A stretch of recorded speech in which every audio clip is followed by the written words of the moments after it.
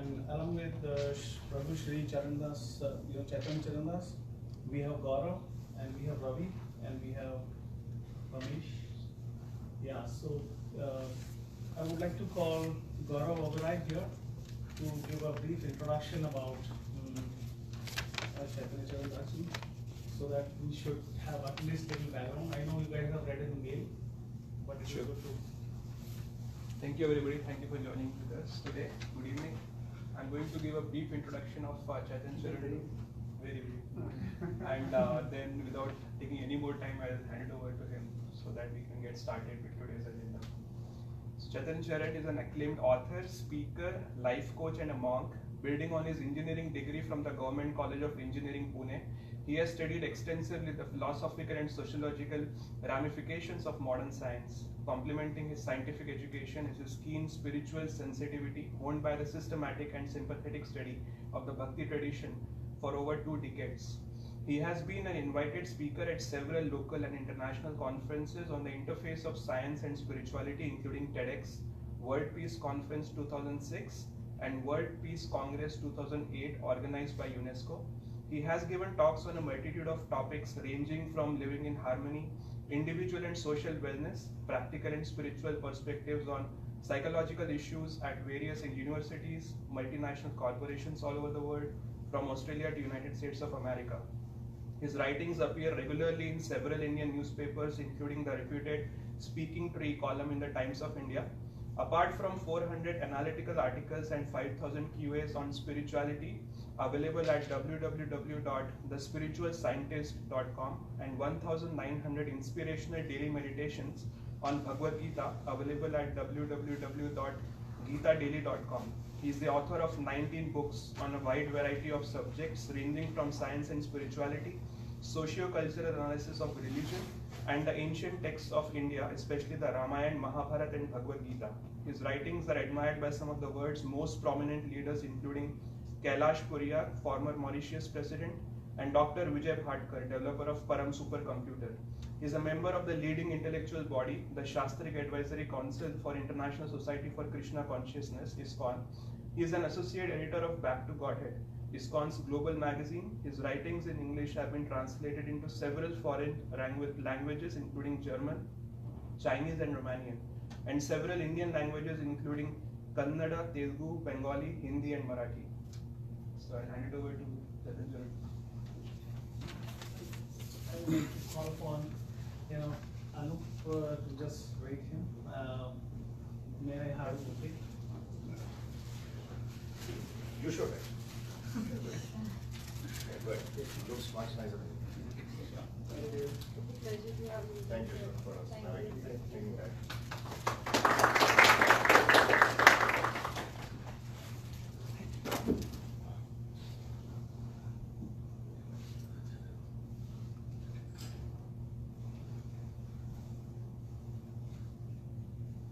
So I'm grateful to be here amongst all of you. Am I audible behind? Yeah. Please go ahead. So There's one seat in the front. I'll speak on the topic of seeker within, achiever without. And I'll start on an autobiographical note somewhat. This is how all of us, we all want to achieve a lot in our life. And about 25 years ago, I was an engineering student and I was studying in one of the top engineering colleges in India. I had dreams of coming abroad, making it big in life. So at that time, one of the students who was like a model for me, 2 years senior to me, he was also, I studied electronics and telecommunications engineering. So he had also done the same. So he was a university topper throughout all his 8 semesters. And when he graduated, I use the word passed out in America and people think he just fainted. So it's a usage in India. So when he graduated, at that time he got the highest paying job in the history of our college at that time. So he was considered to be a hugely successful person. At the same time, I knew him reasonably well. He was a brilliant person. But he was a chain smoker. I somehow asked him, we got a little closer. Why do you smoke so much? He said, "No, it helps me think. I can't think without it." And he just took it nonchalantly. Unfortunately, in the first 6 months, he was working at that job. He was diagnosed with advanced lung cancer. And he soon succumbed. So it was at that time, it was one of the incidents that made me think that he was an achiever and he was much, much more intelligent than what I was. And yet, I couldn't understand why he couldn't understand that he was actually hurting himself. And eventually he was killing himself by smoking so much. So that made me think that, we want achievement outside, but often there is something inside us that sabotages us. Along with achieving a lot, I also wanted to contribute something to society. So I had a lot of faith in the power of education. So when I was in my college, at that time I joined a social welfare organization, and we used to go to slums near our college. And I used to offer free tuitions to the kids over there. So I used to teach English, history, mathematics. And most of these kids came from dysfunctional families. The fathers were alcoholics, and there was domestic abuse in the homes. So I was talking with them, and I started feeling, okay, I'm trying to help them create a better life for themselves. But with all this drama and trauma in their lives, in their homes, how much is my help actually going to help them? So then our organization decided to diversify into anti-alcohol campaign. And we started giving talks on that and getting experts. So one of my friends would go to a nearby village, and he, along with several volunteers, succeeded in making the small village, making the village dry, helped everybody to become free from alcohol. And we considered that a great success for us. Unfortunately, a few days later, I would go to the slums and he would go to the village. And he came back and he looked shattered. I asked him, what happened? He said that previous weekend, there had been local municipality elections. And the political candidate who wanted to be elected, in order to get votes, had brought 3 truckloads of alcohol and given it free to everyone. And not only the fathers, but even their sons had drunk. So at that time I started thinking that through education, we are trying to open doors to a brighter life for others. But it's not just that we need to open doors by providing knowledge, but there is something inside which stops us from moving forwards, from walking to the doors that may be open for others. And these 2 experiences made me realize that something more was needed. I could say that those relatively less educated people, they were succumbing to the self-destructive force within them because of their lack of education. But then here there was a student who was not just well educated, he was a topper in a top college, and yet he also succumbed. So that was the time I started exploring the inner world, trying to understand what is there inside us. I studied different spiritual books till I finally came across the Bhagavad Gita. Of course, I had heard about and glanced through the Bhagavad Gita in my childhood, but I had never read it seriously. So when I started reading it this time, the 3rd chapter of the Bhagavad Gita, I found a verse that jumped out to me. There, the question is asked, what is it that makes people act self-destructively? Atakena prayuktoyam papam charati purusha anichanapi varshneya baladiva niyojita. What is it that makes us act self-destructively, even against our will, as if by force? Oh, I'm talking about these examples of others being victimized by a self-destructive force within them. But I myself was not immune. I was infamous for my short temper. And many times I sabotaged myself by getting angry over small things. So when I read the verse, it spoke to me, but I couldn't really figure out what the answer was at that time. It took me time when I eventually met people who were studying the Gita, teaching the Gita, and who were from a background like me. And I started understanding what the Gita was saying. So in a sense, while trying to be an achiever without in the external world, I found myself becoming a seeker within, to understand what stops us from being effective achievers. And I'll share a couple of metaphors to illustrate what the Bhagavad Gita's teaching is about this. So the Bhagavad Gita says that our current existence is three-dimensional: the body, mind, and soul. This, if we compare it to a computer system, is like the hardware, the software, and the user. The hardware is the body, and this is being taken care of at an incredible level by today's scientific and technological progress. Today we have comforts which were unimaginable for people even a few centuries ago. Air conditioning, air transport, mobile communication, internet connectivity. These are commonplace in today's world. So at a physical level, we have so many comforts, but at a mental level, something seems to be seriously wrong. Mental health problems have shot up like never before. And as the mental health problems are shot up, more and more people are succumbing to the self-destructive force within. Perhaps the most extreme example of the self-destructive force is the act of suicide, where whatever be the specific situations that may frustrate or even break the morale of someone, ultimately it is the mind that is killing the body, the mind that is making the person kill themselves. Last year I had come to a mental health care center here in America and in New Jersey, and I spoke to the mental health care providers over there. And there, one of the healthcare providers, he was in suicide intervention on the suicide hotline. So he told me that he had got a call.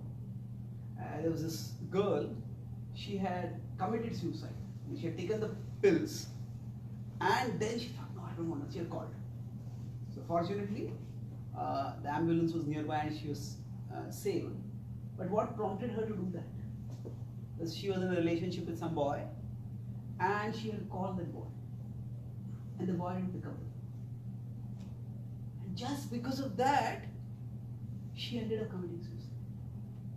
Now it is not just because of that, but it is from that a whole story started with her. Maybe he doesn't love me. Maybe he's with someone else. Maybe nobody will love me in future. Maybe all my friends will be in relationships, I'll be alone. People will feel pity for me.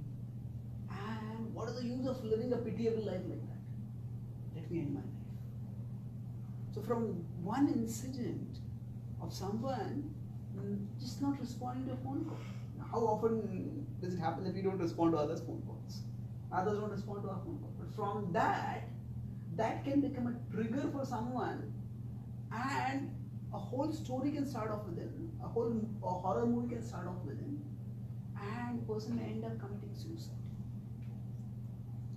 So essentially, at the level of the software, the self-destructive impulse that is there within us, that is like we could say a virus contaminating the software. So we are providing more and more for the body, and at the physical level we are providing comforts. But at the mental level, there is more and more attack, more and more agitation. So to understand what this mental level is, I'd like to do a small thought experiment. So all of you, wherever you're seated, you can be comfortable and you can close your eyes. After closing your eyes, you can take 3 deep breaths with me. 1, 2,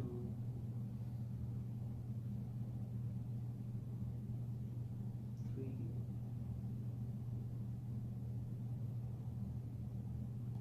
Now, with your eyes closed, try to see what you see in front of you. Because your eyes are closed, you can't see what is physically in front of you. Yet, it is as if there is an inner screen inside you. And this inner screen is having various images coming and going. You may see an image of this room, or of your home, or an image of your office, or an image of your car, or an image of a loved one, or an image of your phone, or you may see various images coming and going, or you may just see a dull haze of colors over there. Whatever you see on an inner screen. Now, while you are looking at the inner screen, try to take a step back and catch sight of who it is that is looking at the inner screen. Try to find the inner seer who is looking at that inner screen. Try once again, take a step back and try to catch sight of the inner seer. No matter how many steps we take back, the inner seer steps back with us. What we are looking for is what we are looking with. That inner seer is you, the spiritual essence, the soul. The inner screen is your mind. You can take one deep breath and then you can open your eyes.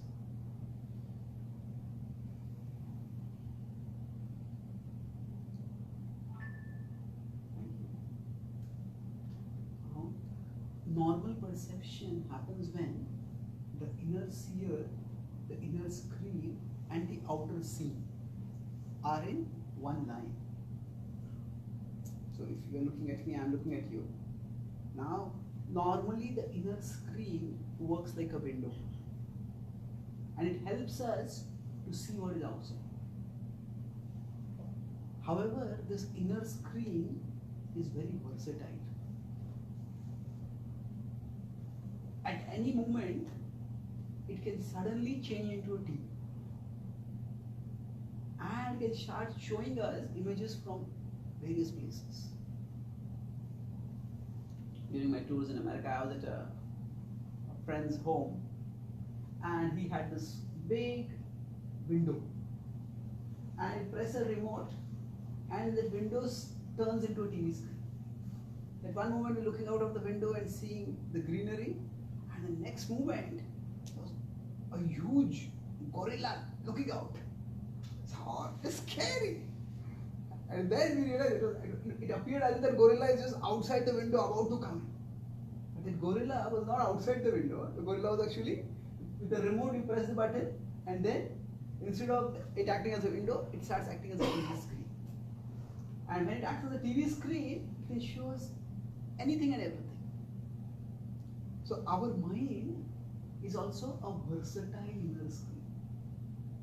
Normally, when we function, it acts as a window by which you can see the outer world. But at any moment, it can change into a TV.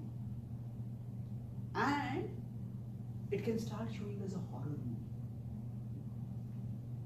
The two broad mental health problems that people face in today's world are depression and anxiety.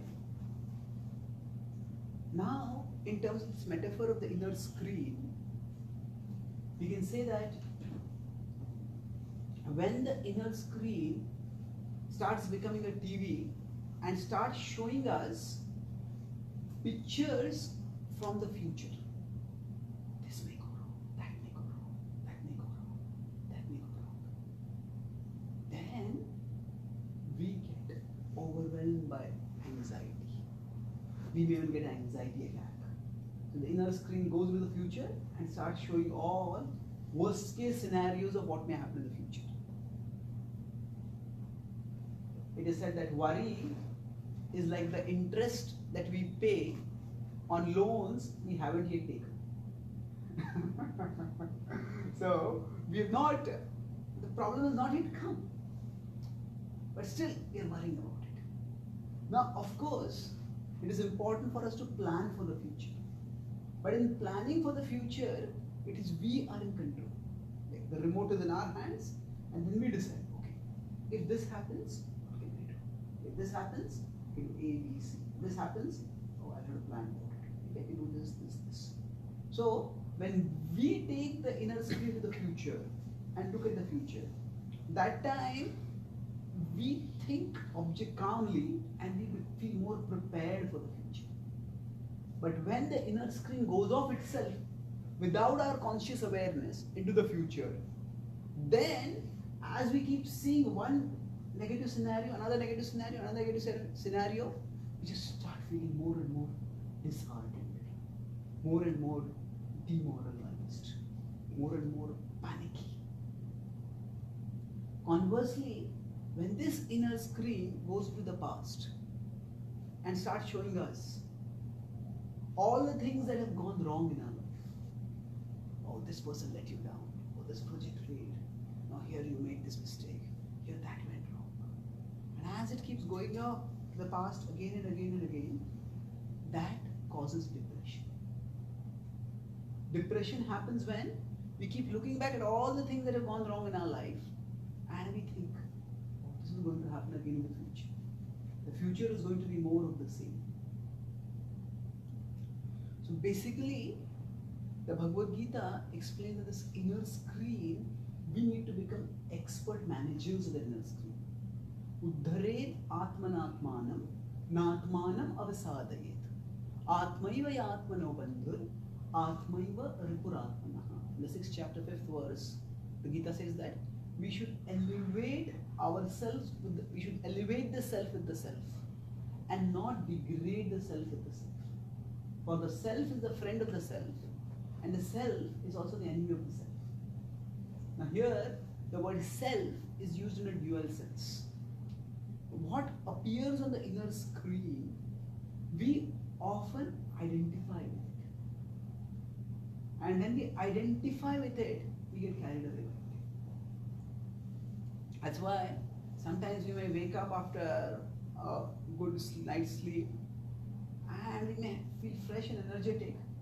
But if our mind is replaying this problem, that problem, that problem, then within a few hours, even without doing much work, we start feeling tired. It's too much. So what has happened? Our energy is sapped by all the negativity that is being displayed over. And it is being displayed on the inner screen, but we are identifying with it. And the more we identify with it, the more we get carried away by it. So the first step in self-awareness is to understand that the self is to become aware that the self is differentiated. Everything inside me is not me. Everything inside me is not me. There are thoughts, images, ideas that come inside me, but they are just thoughts, images, ideas that are there inside. They are not necessarily mine, nor do they reflect who I am. Just like if we are staying in this, we are right now in this office, in this room. Now anybody may walk into this room. Now we will note who is coming in, but we don't identify with that person. They are different from us, we are different from them. The Bhagavad Gita urges us to become observers of our inner world. And by becoming an observer of the inner world, understand which of the thoughts inside are important and which are not important. In general, we take our thoughts too seriously. The word thought actually has two different meanings. Sometimes in cartoons you may see, I got a thought. You see a light or something like that. I got a thought. Now when I say I got a thought, that means it's a unit, or it's a stimulus for the start of some activity inside us. It just pops up. But the word thought can have another meaning. I have given this a lot of thought. So in the first case, thought refers simply to the stimulus for inner activity within us. Whereas second case, thought refers to serious systematic contemplation. So many thoughts will come up within us. And not every thought that comes up within us deserves a lot of thought. It's like if we are in a particular neighborhood, many people will come and go in that neighborhood. It's not necessary that we have to go and meet and talk with everyone. But when we are not inner seekers, then we may misidentify with a thought even if it is not very important. Suppose we have a multiple choice exam. Now in a multiple choice exam, there is no guarantee or reason why the first option has to be right. The first option could be right, the second could be right, the third, fourth, whichever one could be right. So similarly within us, there are many thoughts that come up. But if we are not very discerning, then the first thought that comes up, we identify with it. So our minds, they have the capacity to project ideas and images about various things. So now, going back to the example of this girl who attempted suicide, the stimulus was that this boy did not respond to the phone. But now, for all of us also, it may happen somebody may not respond to our phone call. But in her case, that one stimulus started off a horror movie. So inside the mind, which thought will start off, which thought train, which momentum of thoughts will go on, that is something which, if we are not careful about, then we will get carried away by that. So that's why not every thought deserves a lot of thought. Not every thought needs to be attended to. Some thoughts are just incidental, passing, they come, they stay there for some time and they go. So another thought experiment to illustrate why every thought does not deserve thought. If you have your phones, can you please take out your phones? You don't have, doesn't matter. And don't look at the phone, just take it out. So now, you can hold the phone in your hand and say to yourself, I can't lift up this phone. You can say to yourself, I can't lift up this phone. I can't lift up this phone. Say that to yourself and lift up the phone. I can't lift up the phone. Say that to yourself and lift up. Now, actually, I can't lift up this phone. So what has happened? It becomes heavier? Okay, thank you. No, it may become heavier if we just repeat this thought again and again. But the simple experiment, the first step here is, we can have a thought and that thought may be completely untrue. Just because I say that I can't lift up this thought, phone doesn't mean I can't lift it up. Now, if that thought keeps getting repeated again and again and again, that may be a different thing.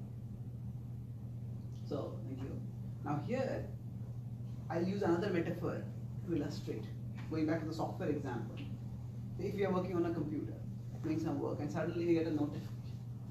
You got a new message from a friend on Facebook. Or you got an update on Twitter or whatever. If you're doing some very urgent deadline bound work, okay, that is there, but I won't attend to it. If what you're doing is not very important, Then okay, let me look at this. Let me look at it. And now, usually say if somebody has sent a YouTube video link and you start looking at the YouTube video. We are looking at one YouTube video, another it gives 5 or 6 suggested videos. Now imagine if there was software, say if you are reading one article, and normally if you are reading one article there are many links to related articles. Imagine if there was software which, while we are reading one article, and we just glance at another article to look at the title. And suppose that software could sense where our eyes are. And based on that, that link would open. So you're reading one, look at that, that link opens up.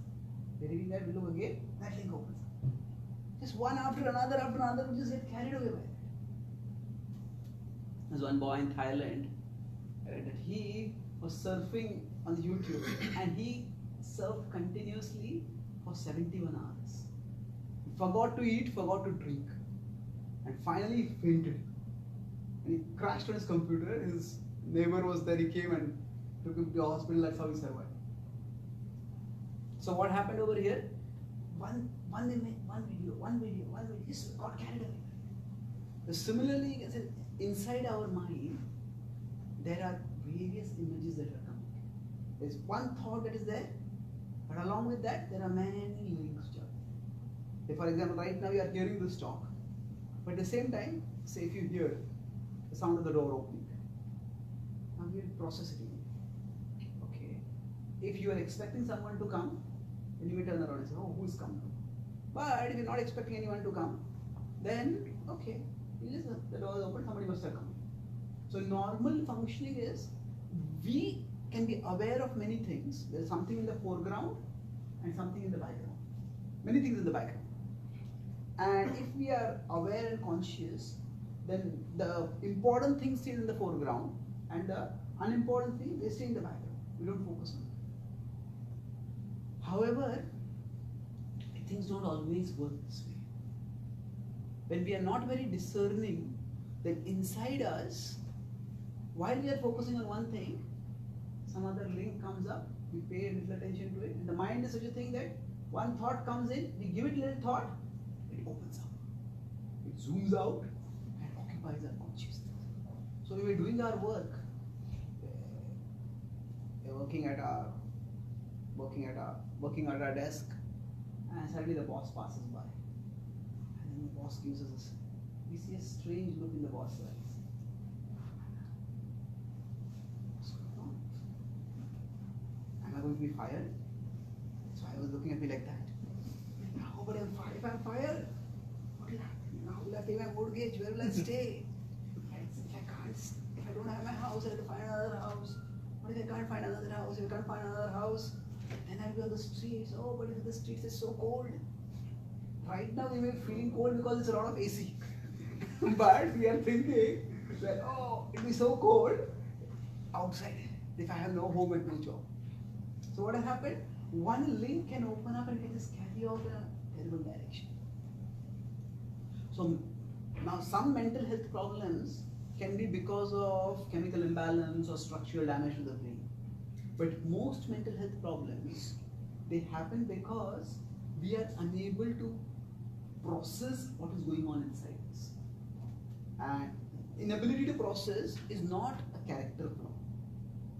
Inability to process whatever is happening inside us, it is just it's a circumstantial trait that we have.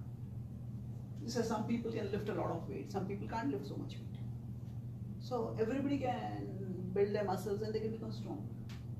Similarly, some people may be internally very alert. I know this thought, I'm not need to pay attention to it right now. Let me focus on this. But some of us, we just get carried away by our thoughts. So unless we seek within for that which is the most important for us, we will not be able to focus constructively. And whatever we could achieve, we will not be able to achieve if we keep getting carried away by unimportant things. Now, the Bhagavad Gita offers a solution to the wayward nature of the thoughts within us. It offers a solution at 3 levels.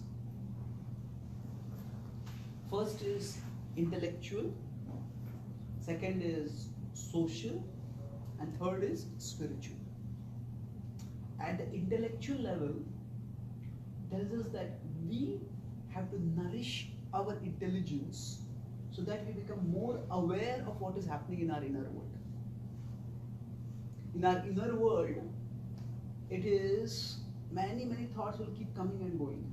And to the extent we are sharp, we are intellectually aware, we are intellectually well informed, to that extent we can catch a thought when it is trying to carry us.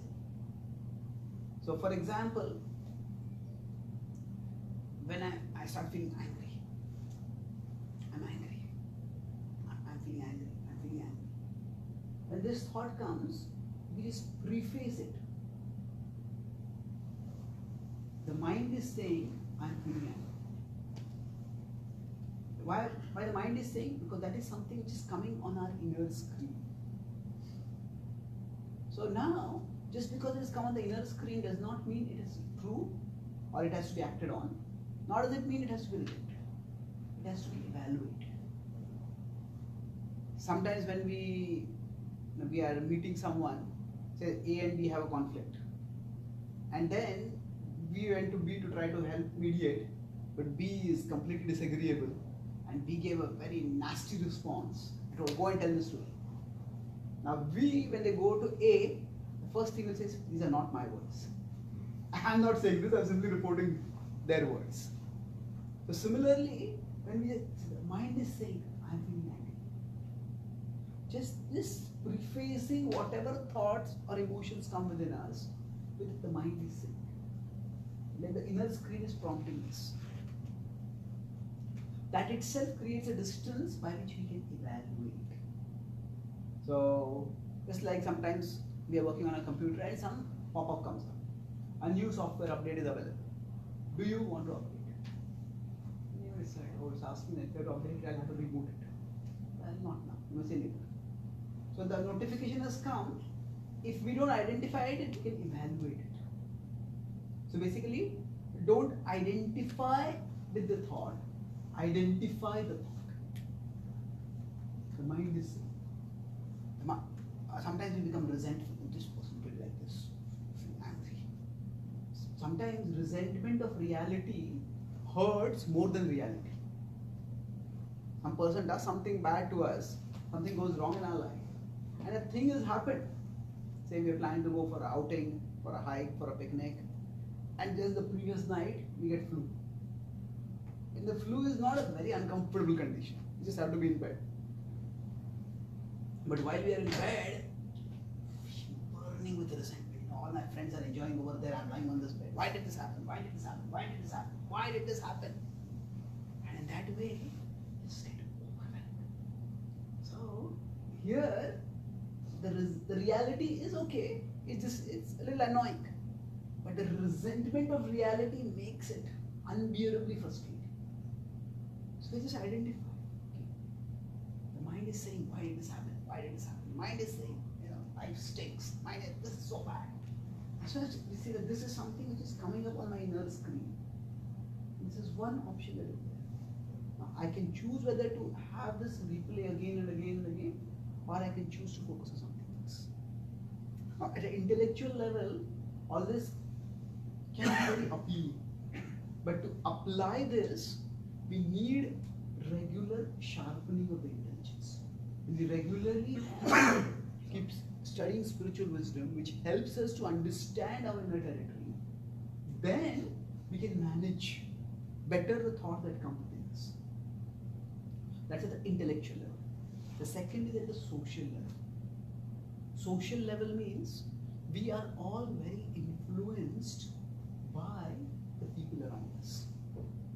So if we are worried about something and we go to someone else and that person is also worried about it, then the two of us talk, and then in the case of worry, 1 plus 1 doesn't become 2, 1 plus 1 becomes 11, and the worry multiplies. We can just come to a panic attack. We have a resentment about something that someone has done. We feel sorry for ourselves and we go to someone else and that person also is having the same problem, then what happens? Both people come together, then they have a pity party. Oh, life is so bad, this person is so bad, this is so bad, this is so bad. And we just feel sorry for ourselves.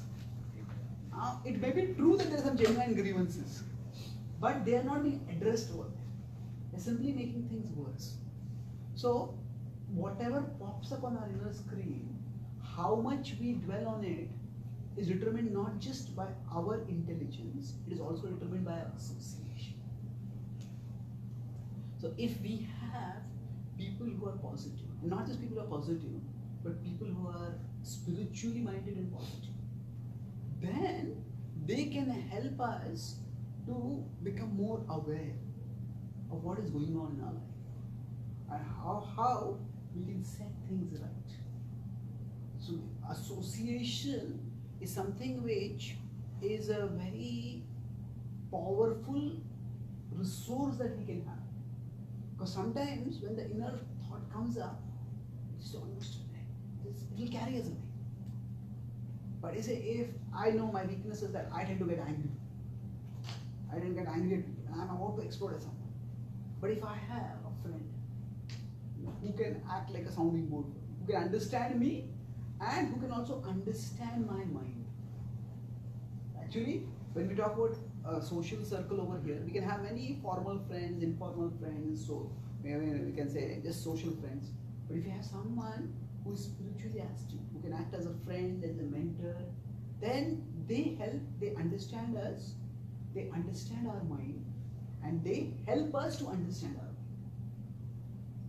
So this is where spiritual association comes into very big play.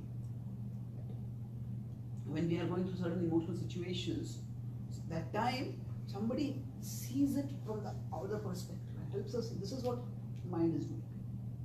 Now, it's not that what the mind is doing always has to be wrong, is wrong or always has to be rejected, but it needs to be evaluated and decided. So, the association can help us to become more self-aware, especially the association is with people who are self-aware, and not just self-aware, they are also like-minded. The Bhagavad Gita talks about this principle of association as one of the most defining principles for one's inner growth. And this association can happen, say we are having say talks like this. This is also a form of spiritual association where we become self-aware. So one is through our self-study, the other is through spiritual association. And the third is that at a spiritual level. At a spiritual level, I talked earlier about what appears on the inner screen, we have to evaluate. I also mentioned that there is an inner seer which we can't spot, but we are that. The inner seer is the spiritual essence of who we are. And to the extent we situate ourselves on the level of the inner seer, to that extent we can become calm. To that extent we can become focused. So here what happens? Actually, the spiritual level of reality is not just monochrome. The Bhagavad Gita explains again that there is a finite consciousness and there is an infinite consciousness. The soul and there is the super soul. There is the Atma and the Paramatma. And there is a bond of affection between both of them. Now to the extent we become situated in that spiritual connection. Say a child is just watching a horror movie and is getting horrified at this went wrong, that went wrong, that went wrong. What to do now? The child is seeing this, child may get horrified by it. But if child is master their next, child just touches the hand of the master. Safe. Similarly for us, there is an infinite consciousness. And if we connect with that infinite consciousness, then we can get a sense of security and calmness even within whatever uncertainties. And there are various processes of yoga. Nowadays the word yoga is primarily used for physical exercises. And yes, they are a part of yoga. The essence of yoga, the word yoga comes from the word yuj. In English there is the word yoke, that same root. Now when we yoke something, that means say a bull is yoked. So there is a connection between the two. The word yoga essentially means connection. Yoga is the process of connection between the soul and the super soul, between the finite consciousness and the infinite consciousness. And there are different yogas. The Bhagavad Gita talks about various yogas, and it especially recommends what is called as Bhakti Yoga. Bhakti Yoga is the yoga where our power of emotion is used to spiritualize our consciousness. Normally, our power of emotion often works to distort our perception, to make us emotional carriers away. But that same power can be channeled to raise us to spiritual consciousness. So in Bhakti Yoga, there are various processes. One of the processes is what we call as musical meditation or kirtan. So this is not just a cultural or pious activity. It is an activity which is meant to spiritualize our consciousness. So I'll conclude with one story about how in my travels across the world I have seen the benefit of the spiritual knowledge. The first time when I came to America, I went to a university, and there was this boy. I spoke on a vegetarian society on the need to regulate our mental diet. What impressions we're taking, we have to be careful. So after that, one boy, American boy, came and talked with me, and he told me that just before the class, he had been contemplating suicide. He had been in a relationship with a girl, and she had broken up with him. So he was gloomily walking across the campus, and then he saw a poster of the program I was doing, and something within him said, just go for this route. And he told me, now after attending this talk, I understand that it is not I who wanted to commit suicide. It is my mind which is prompting me. Commit suicide, commit suicide, commit suicide. I told him, it's a vital insight which you've got. If you treasure this, it can save you from so many troublesome situations in your life. I encourage you to study the Bhagavad Gita. I blog on the Bhagavad Gita every day, a small 300-word article at gitadaily.com. I encourage you to read that. I connected him with the local Gita club which organized my program. And then every year whenever I come to America from India, when I go to the college, I was meet him. So last year when I had gone, he met me once again. And he told me that he had faced a similar situation. He was in a relationship and the girl just broke up with him. He sent him a message and she said that, I'm blocking you, don't try to contact me. So he said, for a few minutes I just went numb completely. And I went straight to my room, closed the door, pulled down the windows, pulled the curtains, the drapes, switched off the lights, and he liked music. So he picked up a violin and he started singing the Hare Krishna mantra. Hare Krishna, Krishna Krishna, Hare Hare, Hare Ram, Ram Ram, Hare Hare. He had learned this music singing in the Bhakti Yoga club that was there. He said, I was singing continuously for 6 hours. And that was a time I felt myself being bathed in some sublime light. I felt some spiritual presence embracing me and comforting me. So that which could have been the most depressing period of my life, I found that this became one of the most enriching experiences of my life. So what happened essentially for him was that the mind brought that, come on, commit suicide. But there was another pop-up that was there. Because of his spiritual practices, a healthier window of option had also opened up. The self-destructive instinct didn't disappear. It did appear. But by spiritual practices, the healthier option available for him. And he chose a healthier option. The Bhagavad Gita concludes with the imagery of victory. Yatra Yogeshwara Krishna, Yatra Paratho Dhanurta, Tatra Shri Vijayo Bhuti Dhruvani Tirmatima. He said that wherever there is Krishna, who is the infinite consciousness, wherever there is Arjuna, who is the finite consciousness, wherever the two are together, there is victory. So the two are together means the two are united in spiritual consciousness.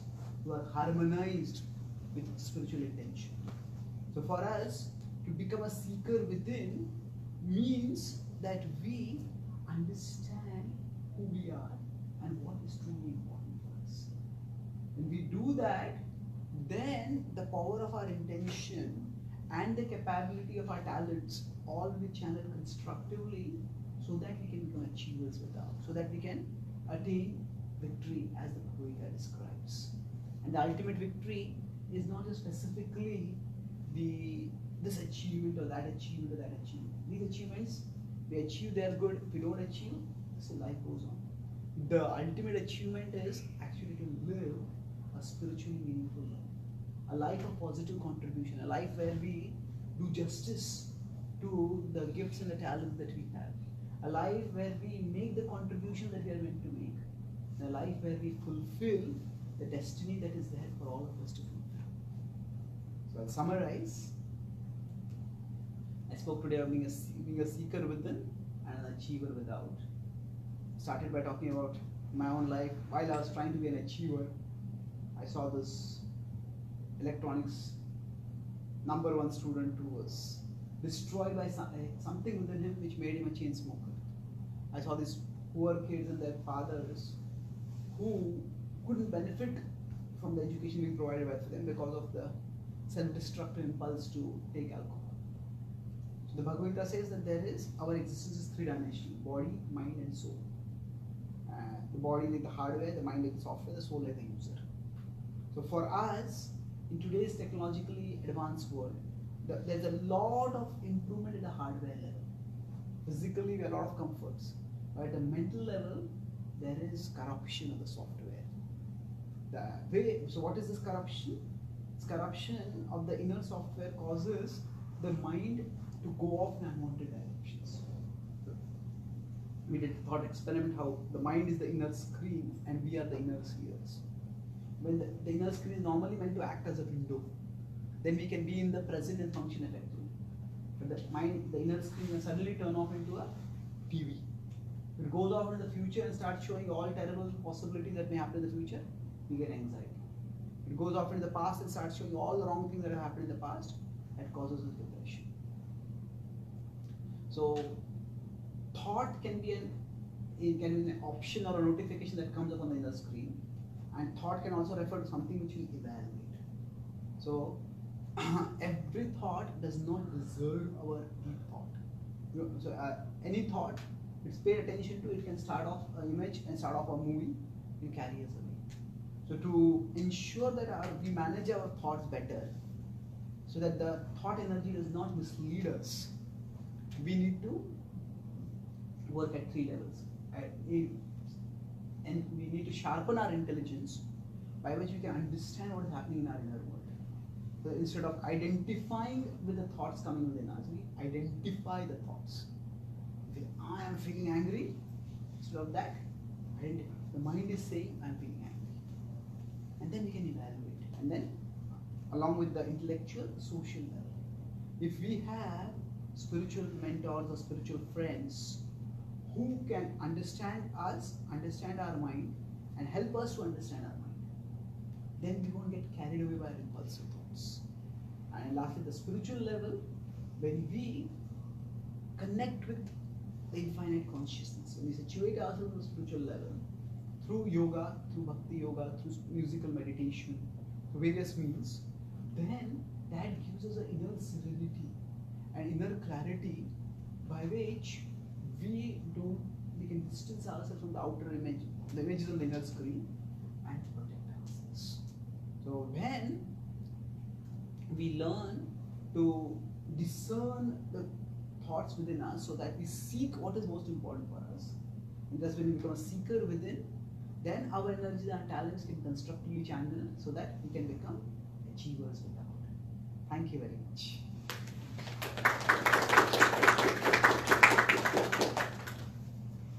So are there any questions or comments?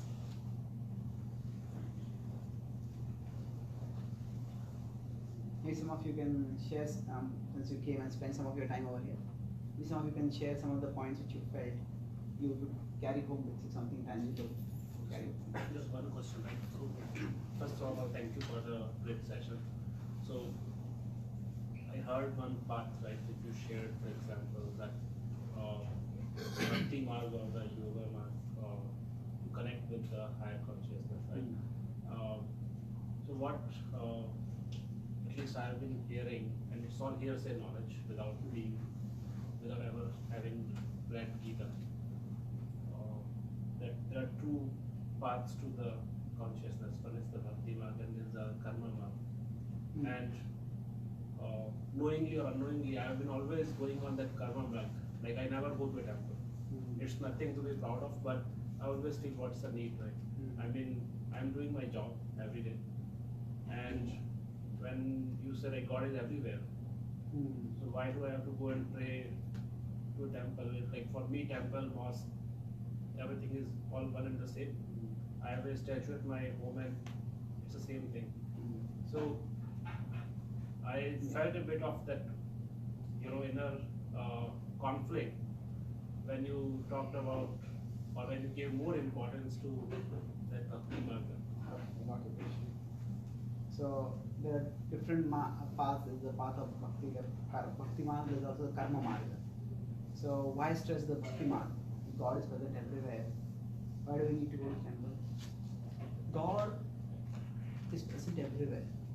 At the same time, His presence is not always perceivable to us everywhere. Just like water is present everywhere in the waterway. But when we feel thirsty, we can't just hang out our tongue and get some water. We need to go to a faucet where the water is made accessible to us. Similarly, it is not that we can perceive the spiritual everywhere. So there are places where the spiritual consciousness is more accessible to us. Now, as far as the Bhagavad Gita's teaching itself is concerned, the Bhagavad Gita offers multiple paths. The path of karma is what it recommends first. The second chapter of the Bhagavad Gita, after Arjuna has asked his questions, Krishna starts by talking about the karma mark. Then he describes that this karma mark will gradually metamorphose into the bhakti mark. Now, in a sense, the karma and bhakti are similar, because bhakti is not just about going to a temple. Bhakti is not just about, say, chanting the names. Bhakti is about infusing our whole life with a mood of devotion and contribution. Swakarmana tam abhyarcha siddhim vindati manava. The Bhagavad Gita says Swakarmana tam abhyarcha. That means by your work, worship Him. Now this is sometimes translated as work is worship. The work is worship is a noble ethical principle which can infuse people with a sense of dignity for the work that they are doing, with a sense of respect for others, whatever work they will be doing. That every work should be done in a responsible, respectable way, and should be respected. At the same time, work is worship is not a philosophical principle. If we make work as worship as a philosophical principle, tomorrow a thief may say, I am robbing a bank. A beggar may say, I am begging. Is that worship? No, we can say that. Prabhupada says the donkeys work very hard. So if work were worship, the donkey would be the greatest worshipper. So the Bhagavad Gita's wording is specific. Not work is worship, but swakarmana tam abhyarcha. By your work, worship. So Arjuna was an archer, and he was an administrator, and he was a warrior. So even that work can be spiritualized. But to spiritualize that, there has to be a prior spiritualization of the consciousness. The spiritualization of the consciousness is what infuses spirituality into our work. Just as if we build a house, what the world sees is a superstructure. But what sustains the house is the foundation. So similarly, the work that we do in the world is what the world sees. But what makes that work spiritual is the inner work that we are doing. the spiritualization of the consciousness that we ourselves have done. That is the foundation. So the time that we spend we invest in studying wisdom texts in the Bhagavad Gita, going to the point of going to a temple or a spiritual place is not just to see the deity over there. The temples traditionally were also centers of spiritual learning. So where we learn about life's higher principles and we get the intellectual conviction as well as the spiritual inspiration to make sure that our foundation is strong. The Bhagavad Gita doesn't ask us to neglect our work and just become devoted to God. Rather, it says that devotion is inclusive, where we have qualitative time, for focusing on our inner work, on internally spiritualizing our consciousness. But then we bring that out and let it permeate our entire life with a mood of service and contribution. Thank you. Any other questions or comments? Can I share one thing? Please, yeah. So,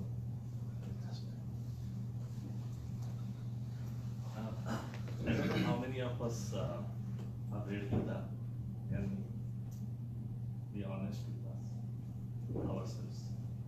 I haven't read for it. Full chapter. So like when we, I think we have done so many certifications, all of us. This is one must certification, must. And if you want to, and every, Gita, if you don't know how to read Sanskrit, what you can do is, you can buy a Gita from Gorakhpur Gita Press. You will have Gita explained in all your own language, right? Hindi, Tamil, Kannada, any language, Odia, my language. So we read that and it will be very nicely explained there. So that, what Swamiji was telling. So I think one of the must take out from this session is all of you should read Gita. That is first. Second thing I want to tell you, I think I was listening to him. So, and I heard your question, that's how I thought I would want to say. So he was talking about Bhakti Yoga, and he was talking about yoga, which is like connecting the mind with our mind. And he talked about the hardware, software, and the user. So mind with the Paramatma. So, yoga is all about, if you go to Ashtanga Yoga, the first principle in Ashtanga Yoga it talks about is Yoga's Chitta Vritti Nirodha. So it says, yoga is all about, so you can connect your mind to the Paramatma if you are able to hold your mind at one place. So what is happening, our mind is wandering around. So body you can take care of, all going to gym and all these things will happen. But mind who can control? And yoga starts with the 198 stanzas of Patanjali Yoga starts with that principle first. Yoga's Chitta Vritti Nirodha. Is Chitta Vritti, you have to nirodha. You have to stop it, wandering around. So when you go to a temple, when you do a bhajan, when you do a kirtan, all these things will help us, just like the yoga asana, it will also help us to keep a tab on our mind. In the morning, I'll tell you, I practice one simple thing in the morning, which I learned from my dad, was when I go to take bath, when he used to do in it, when I have seen as a child, he used to loudly chant mantras in the house. If you go to my house at around in the morning when I take bath, you will be surprised that why is somebody shouting at the, but why is so loudly chanting? Those 15 minutes are mine. Okay, I go to the bathroom and I will say Mahamrityunjaya mantra or Ganesha mantra, whatever you know. So when you do that, you will find that your mind will not be going anywhere. It will be within yourself. If you achieve that 5 minutes, 10 minutes of that in a day, you will get a lot of peace of your mind. So all these things, everything, whatever we do, all this spiritual thought, and everything is towards one direction. Is our customer experience, which is the mind to be controlled by us. And I think that is the whole crux of the thing, right? So if you can control that, go to a temple, go sit with your parents, go to your friend, talk to your boss, whoever it is, and you need to be controlled. Just wanted to share that experience of mine. Thank you. Yoga Chitta Vritti Nirodha, basically that's a standard definition of yoga in the Yoga Sutra, Patanjali Yoga Sutra. And in terms of this metaphor, I would say that the mind, as I said, it's meant to be like a window, but it becomes like a TV which shows this. So Chitta refers to the inner screen. Vritti means its tendency. The mind has some of our minds have a tendency to go in the direction of anger, some in the direction of worry, some in the direction of depression, some in the direction of resentment. So whatever is the vritti of the chitta, Nirodha, it will become subsided. It will become disempowered, it will become de-energized. So that the more the mind's unwanted actions become de-energized, the mind becomes de-energized in its unwanted tendencies, the more our energy becomes available for us for doing what we want to do, what we need to do, what is important for us. So in that sense, the time that we spend on spiritual activities is not actually time lost. That is time saved. Usually we think of our activity, our schedule in terms of time, activities. In the morning I'll do this, then noon early afternoon I'm going to do this, then noon I'm going to do this. Like that we think of our day.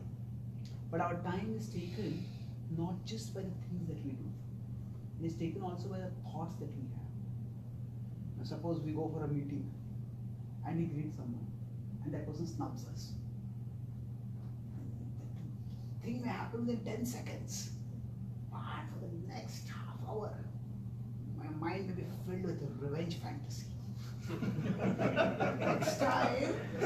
next time in front of the biggest public forum, I'm going to snub this person. And then, what that does is, we are there for the meeting, but we're not there for the meeting. So, in terms of our schedule, we spend time in the meeting. But that thought took away all that time. So our time is taken not just by the activities that we do, but also the thoughts that we have. And this is an invisible time consumed. So when we spend time in developing our spiritual connection, then this time that is wasted in unwanted thoughts, it is taken away by the vritti of our chitta, by the tendency of our mind to go off in unwanted directions, that becomes checked. So actually we end up saving time. It's not that our time will go away. All of us, do we have a worry time? Every evening 7 o'clock. 7 to 7:15 is my worry time. We don't have a worry time. But worry keeps going on all the time. As a background noise, it keeps sapping our energy. But that worry can be substantially decreased if we become more spiritual. So it actually doesn't take away our work time, rather it takes away our waste time.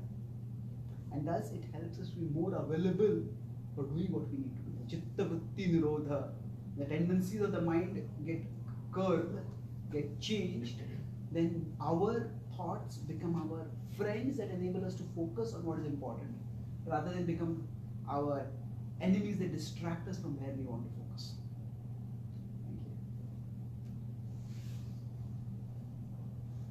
Any other, maybe one or two of you would like to share something that you'd like to carry with you? One quick question, like I'll just take these examples. Why the default setting is like not the sorrow or the horror films continue running for 90% of time and the happy films are very short. And even if this default setting is there, why if not a happy thought comes, a person tends to stay longer with that, but a happy thoughts are very short. You feel very happy about something, it goes away. A sorrow or this other train is a continuous one. That's a good question. Now, why is there so many default settings within us which are negative? Yes, the Bhagavad Gita says there are three main forces which drive our mind mad. Calls them Raga, Bhaya, and Krodha. Raga is attachment. Attachment. I want this, I want that, I want that, I want that. So, the more we want things, then the more becomes our bhaya.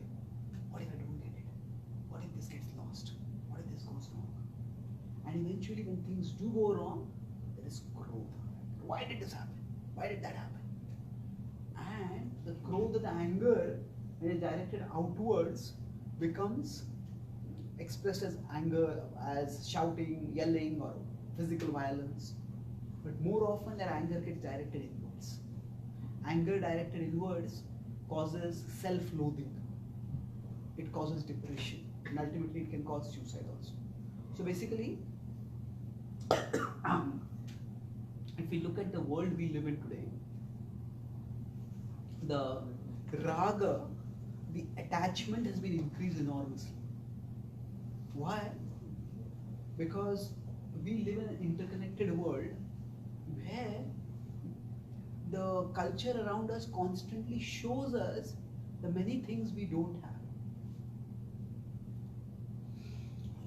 If you consider a few hundred years ago, actually now advertisements are so ubiquitous that we not even realize that about 200, 300 years ago, before the industrialization and mass production of goods, there were no advertisements at all, practically speaking.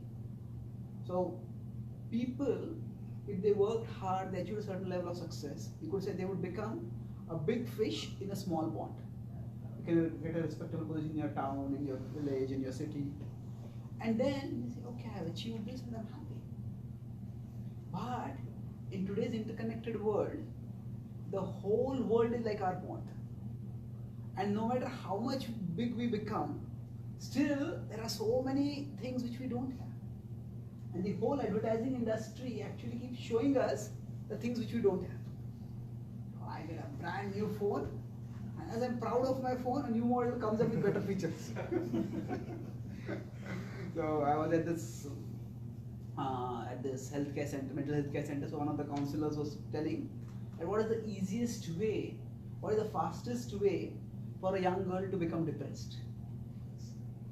If you want to make a young girl depressed, just show her a fashion magazine. So you look at all these images. There's not only physical makeup, there's also digital makeup. And then suddenly, oh, this person looks so good, this person looks so good, this person looks so good. I don't look good at all. So what happens for us in today's world? There are a lot of things which come as inputs to us, and they increase our rag. I want this, I want that, I want that. Now wanting itself is not a problem. To want more, to want to grow more, that is just a natural feature of life. It's like all of us were just one tiny cell in our mother womb at one time. Now we become a fully grown boy, person. So to grow is natural. But sometimes if somebody gets cancer, cancer cells are also growing.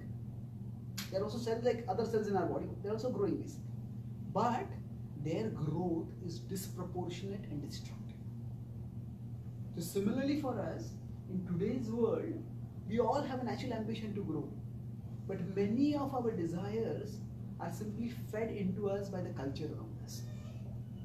I may be living a comfortable life, but still, oh, I want a bigger car, I want a bigger house, I want this, I want that. So the more our wants increase, the raga increases, along with that bhaya and krodha increases. And these three propel our mind in negative directions. So wanting to grow is fine, but today the desire to grow is fueled by the culture around us, and that's why it becomes disproportionate. And that's why no matter how much we have, our mind keeps looking at the things which we don't have. Even if we go to paradise, where everything is wonderful, there the mind will say, yes, but I'll go on. We often think that I'm not satisfied because I don't have this, I don't have that. It may be true we don't have certain things and we can work to get those things. But the problem is, if we are habituated to looking at what we don't have, then the specific thing we don't have doesn't matter. Even if I get that, my mind will show me something else that I don't have. And something else that I don't have. It'll keep me dissatisfied. I was at a university recently and I asked the students, we were talking about how satisfaction is something just so circumstantial. Is many times we may not study very well for an exam and we get good marks. And we say, well, it's good, I'm happy with this grades. But then you come to know that somebody else has got more marks than you. And as soon as you come to know that, why they got more marks than you. So actually, much of our dissatisfaction is fueled by the situation around us. So the mind can have positive thoughts also. But as long as the raga, bhaya and krodha is dominating, then I want this, I want that, I want that. Why am I not getting this? Why am I not getting that? What if I lose this? What if I lose that? So these three are the default tendencies in the mind.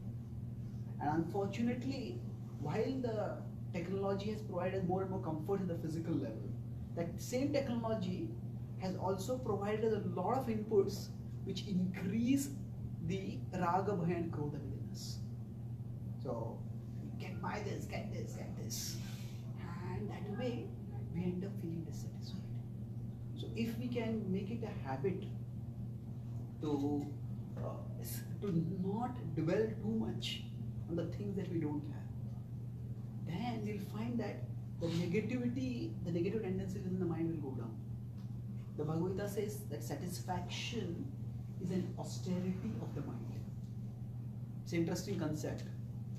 Austerity means tapasya, something which we may not feel like doing, but we do it because it is say good for us. We may fast because we want to be healthy, we want to decrease our weight, or we want to be good for some spiritual purpose. So now, what saying satisfaction and austerity of the mind means, satisfaction is not just an emotion that we feel. Satisfaction is also a decision that we make. That means, if, okay, this is what I have, and is this enough for me?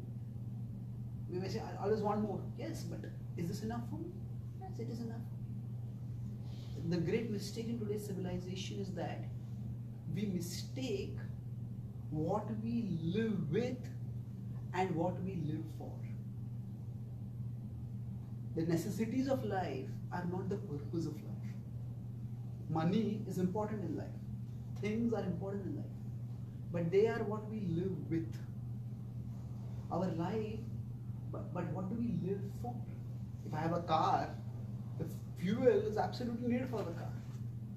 So the fuel is a necessity for the car. But getting fuel, purchasing fuel and filling the car with fuel is not the purpose of the car. The car is meant for some higher purpose. So all of us need to become seekers within and understand what is the purpose that we are living for.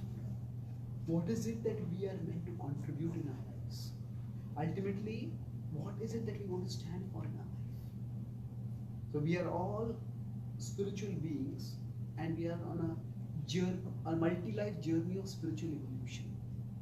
So we are meant to evolve spiritually and connect with the infinite. And whatever gifts we have been given, we are meant to share those with others. So when our life has that higher purpose of making a contribution and furthering our evolution, then these negative tendencies will go down. But as long as what we are living with becomes what we are living for, that means money and facilities and the luxuries that money can buy, we may need them in living. But when they become the purpose of our life, then we sentence ourselves to perpetual agitation of the mind. But when we discover our deeper purpose and live according to that, then we will find that the positive energies within us will become much stronger. Okay. So just to add to what Vikas said, so last year around Feb, I was in New York on a 3-day spiritual similar sessions where it started with this concept. What he just asked is the feeling of gratitude. In 3 days, we were actually taught not to say the word no, not, or nothing. And it was so difficult to live those 3 days without even thinking. And we were actually taught to practice, like, so someone who I don't like, he calls me. My first reaction would be, oh shit, he has called me. You know, so that negative notion, that itself draws so much energy out of you. And maybe this is something we can, I mean, I have personally practiced. The more you are feeling of gratitude and, oh, he called me, why? He needs my help. The same context. So that may help to get rid of that 90% horror versus 10%. That's true. Yeah, that's a very good point. Now, gratitude is a very powerful source of positive energy within us. And we cannot always be grateful for all situations. Sometimes bad things happen in life. Say sometimes some unwanted person calls us. And it will not be so easy to feel positive at that time, feel grateful. But even if we can't be grateful for all situations, we can be grateful in all situations. That means, say, if I fall sick, the sickness, it disrupts my plans. It's very difficult to be grateful for the sickness. But still I can be if I keep dwelling on that sickness, this went wrong, then it will make me miserable. But if I think, okay, what am I grateful for in this situation? Okay, I had a healthy life till now, I have my family, I have financial security, I have people who are going to help me. Then that will create some positive energy. And further, you can look at not just all the good things that are in our life. Actually, this is something which we can do on a regular basis. Our mind will tend to count our problems, but our intelligence can be trained to count our blessings. And then if we have these blessings which we are grateful for written down, then when a specific problem comes, at that time we can focus, okay, this bad thing has happened, this problem has come, but what are the good things that are there with me to deal with this? So when bad things happen, okay, I've got this disease, but at least the disease is cured. At least there's a treatment, I can take this treatment, I'll get healed. So I'm grateful for that. So we can't be grateful in all situations. We can't be grateful for all, we be grateful in all situations. And sometimes, in the long run, it may turn out that bad thing that happened, that negative thing that happened, something good comes out of that. Some disagreeable person calls us, but sometimes through that, we learn to grow ourselves. We learn to tolerate, we learn to deal with difficult people, and that helps us to grow. So some people, they help us to grow by leading us forward, and sometimes some people help us to grow by kicking us from behind. But both help us to grow. So there are different people work in different ways. So gratitude, it's very difficult when a bad thing happens to be grateful for that bad thing. But we can still, by looking at the positive in our life and looking specifically at the positive that helps us to deal with that negative, we can bring gratitude. And there are few things which are as powerful a source of positive energy as is gratitude. Thank you for that thought. So, thank you very much for your attention and participation. Thank you.